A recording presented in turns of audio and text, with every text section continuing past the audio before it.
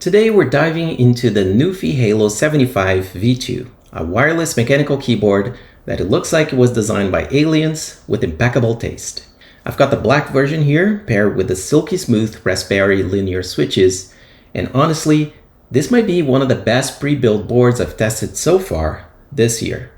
It's shiny, it's premium, it's expensive, but is it actually worth it, or just another RGB spaceship hovering on your desk? Let's talk about it.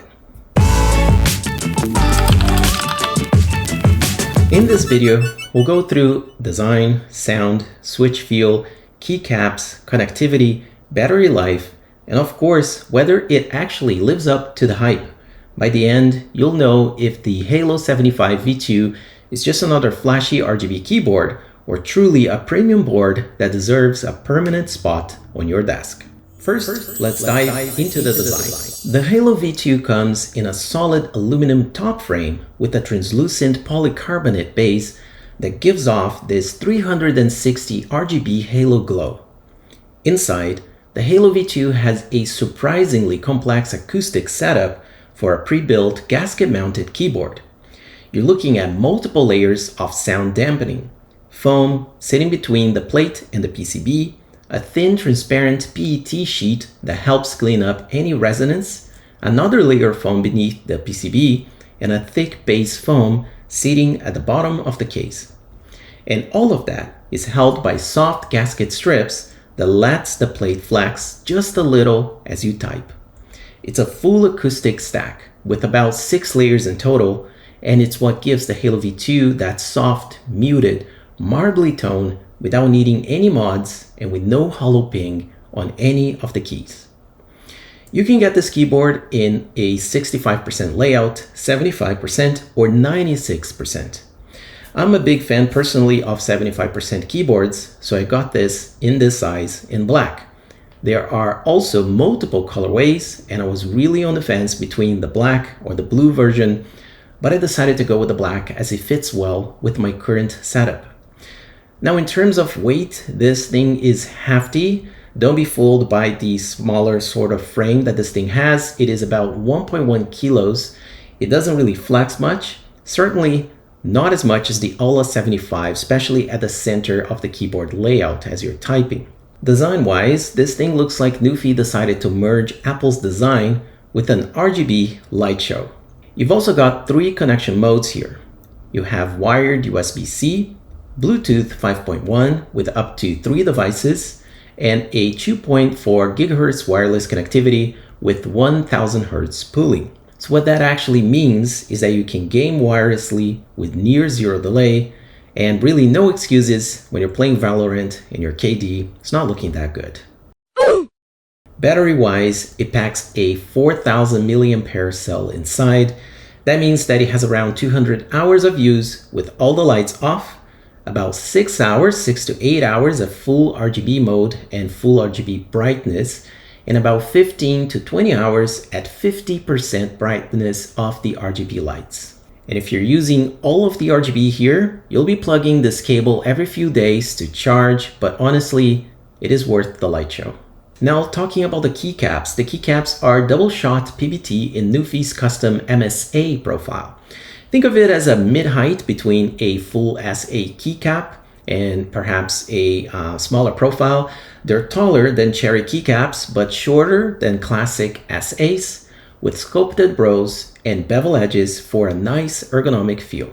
The surface texture of the keys is made of this smooth matte material. The legends are super crisp here. There's no shine through on the keycaps. All the glow comes from underneath the keyboard, and that's why, hence the name Halo on its title. And honestly, I kind of prefer it this way. It's classy, it's not gamer blinky. Now, before we get into how my setup sounds here, let's talk about the switch options that this keyboard provides. Starting with the min switches, these are the lightest in the bunch, and they are sitting around 37 grams of actuation force. They are linear switches, and they feel super quick and effortless. Next up are the Raspberry switches, which is what I went with my board setup. They're also linear, but they are a little heavier, which is about 46 grams of actuation force, and they have this nice balance of weight and smoothness. The travel distance is about 3.4 millimeters, and the pre-travel is quite short. It's only about 1.2 millimeters, which makes them really snappy for both gaming and fast typing sessions. They're also factory lube, and sound-wise, they have that low marbly pop that's super satisfying. Then, as the next option, there are the lemon switches, the heaviest of the bunch, sitting at 55 grams of actuation. These are also linear switches, but with a slower, deeper bottom out. So in this case, if you like something like a Gatoron Oil King or a linear switch with real heft to it, the lemons should be your pick. Finally, NuPhy also lists the blush switches, around 42 grams of actuation, sitting right between the mint and the raspberry. They're a little lighter, but smoother than the mint, so think of them as the quiet middle ground if you want something fast, but not feather light. So here's what the NuPhy Halo V2 sounds like with stock raspberry switches, no mods, straight out of the box.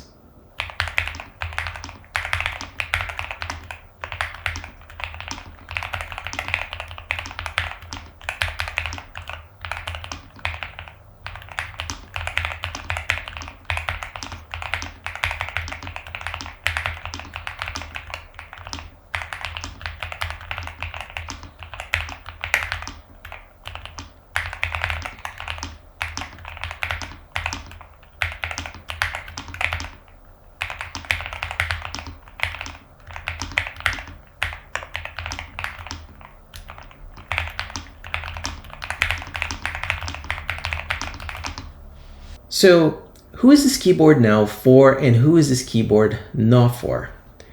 This board is for people who really want the best stock experience out there.